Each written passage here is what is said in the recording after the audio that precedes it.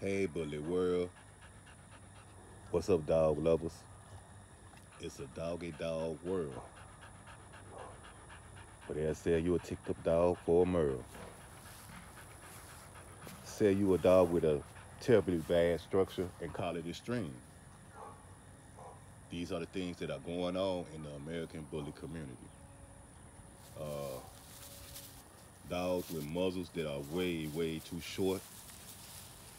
Especially if you're going to have a dog that's any kind of way active. Like Nola hasn't been doing much this morning, but she has been running around back and forth. But if she was one of those smushed in muzzle dogs, I hope y'all caught that. If she was one of those smushed in muzzle dogs, it would be hard for her to breathe down here, man. It really would. Uh, Dogs with those short muzzles don't do well in the South. And somebody might be watching from the South and be like, well, our dogs do well. And let me be a little bit more specific, you know what I'm saying? Um, Areas that the humidity is very high, the dog just can't run around in 85, 90-degree weather. You got to be very careful with them. Make sure that they are properly hydrated. Make sure that they are not overworking themselves or you are not overworking them. You know, even right now, I'm sweating a little bit from standing out in the sun, but as Nola runs around, plays a little bit, you can see it catching her breath or panting. All right, which is perfectly normal. This is a bull breed right here. She's an American bully, and along with this bull breed goes a lot of heavy breathing. But we want to be, uh,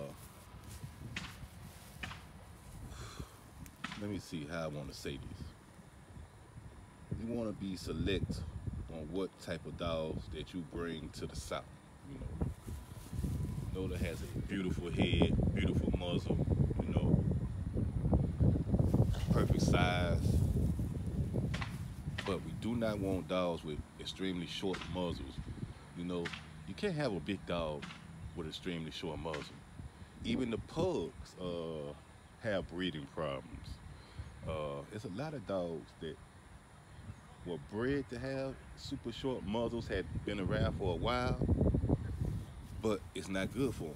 Now, even now, they're claiming that the pug muzzle is way too short, and it used to not be that short. So things of that nature are going on in the dog community, going from the bull community, uh, especially in the American bully community. You know, man, there's a lot of different types of bull breeds out here, and they are powerful breeds. They are intelligent breeds. Nola's so smart, man. I swear, some words you got to spell them out around her because she's on it. You got to spell it out around her. But I just want y'all, man, take your time to look and study. Man, don't get caught up with those names, those grand champions. It's nice if you can get you a grand champion in your pedigree. It's nice if you can get one of those in your pedigree, you know. Spruce up your dog or your program or whatever you're trying to do. Because anything you do in life, it requires study, it requires focus, it requires determination. You just got to stick with it. And the thing about this, you're going to make mistakes in anything, with anything in life. But you don't want to be making mistakes with feeding your dogs. And that's why I always tell people, man, study about their raw feeding. Do not run hot water on raw foods, raw meats. Uh, Even if you're going to feed them vegetables, it'll be better just to feed the vegetables raw because that's where the nutrition comes in. It when you run hot water over uncooked meats, it causes the meats to go into a danger zone and cause bacteria to grow rapidly. All right, man. Ooh, got that out the way. That's what I wanted to talk about today. I guess I don't know. I just wanted to show Nola off. Nola being lazy, really lazy, to tell the truth, because she worked hard yesterday. We went on a monstrous walk, and Then she came back outside and played. She played so hard that when she woke up last night, she wanted to play some more. And she didn't want to get up this morning. Nola just came out to potty. Just came out to potty. Man, yeah. And there's a lot of things you can do to train your dog to be a good dog in the house. You just got to work with them. And I suggest you get that dog at an early age.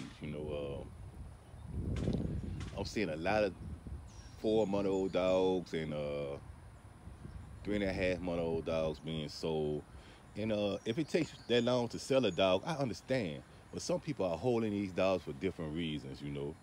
And once they get into their home, you might see that dog interacting with a person on a video or in the kennel or around other people a different way, okay? And once that dog get around you, it's gonna try to figure you out. Like the first day, it might be cool. Like Nola, she was 6 weeks. The first couple of days, she was cool. She started following us around everywhere. That's because she don't want to be left. She's kind of scared. Everything's new to her, okay? But once they get the feel of things, they're going to try you. And I know they try you harder when the dog is older. An older dog is more set in their ways. An older pup, let's say that. An older dog and an older pup are more set in his ways. Doesn't mean that they are untrainable, but it does mean that it's going to take a little more work and a little more patience. It takes a lot of patience to train just a pup, especially a bull breed, an American bully. From everything that I've noticed about an American bully, from being around, taking care of them, walking them, feeding them, they are a very smart and stubborn breed.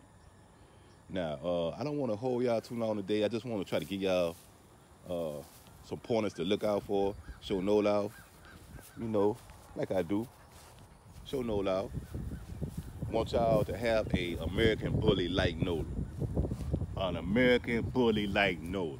Especially when you're spending 35 and more, you should have something like Nola. Come get it, girl. Come get it. You should have something like Nola. Man, I'm talking about size, intelligence, health, everything. Everything you can want in a true companion dog. And she's more than a companion dog. She's a working dog. And she's more than a working dog. She's a watchdog. She's the ultimate dog. For real. For real. I don't do no editing over here. Just raw, uncut video. You see how Nola moved through the yard. Every angle that you see is a real, true angle. I'm not trying to make her look bigger on one side or, create an illusion, sitting them up on a hill or propping her up in certain ways before I start filming. No. And that's what goes on with a lot of those dogs. A lot of those dogs you see on posters for advertisements, you would never see a dog looking like that in real life. Hardly ever. Hardly ever. I've seen a lot of American bullies, and I actually had one with monster size. Monster size. But, like some of those dogs, man, Nola has an incredible muscle tone.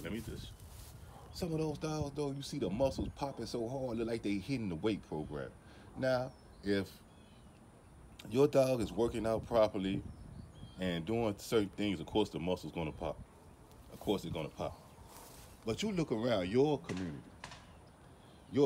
because every city, town, or state has a bully community. See how many bulls you see that be like on those posters, that the muscles are popping up and their chest look like the front of an Escalade is so wide, But a lot of those dogs are extreme dogs and their structure are extremely bad. I just want to say these things because, again, I want everyone to have a correct American bully when that's what you're going for. A real correct American bully, I want you to know the things that are out here. Because they use certain things just to sell anything, for real. For real. You can look at some of those extreme dogs and see how their elbows are stuck out so far, and their chest is extremely wide, but their stomach is extremely low, and their rear is extremely high, and their back has a severe dip in it. So man, please, y'all, please watch out for these things, and I hope y'all have a great weekend. And I just want y'all to, you know, experience the joy of having a true American bully. You know what I'm saying? If you're a breeder, it's a different little thing for you. You know, I'm doing a little breeding myself, but you should have uh, love for your pets or your program no matter what. If you're breeding, if you're a pet owner, you should have that love for the dog. If you don't have them love for the dog, if you do not have that love for these dogs, please leave them alone. People who are going to stick their dogs in small cages all day, people who are going to let their dogs sit in their urine and poop and feces, they're just uncalled for, you know? Uncalled for. It's better ways to do things. It's better ways to do things, y'all. Let's do it. Let's get the American bully community straight.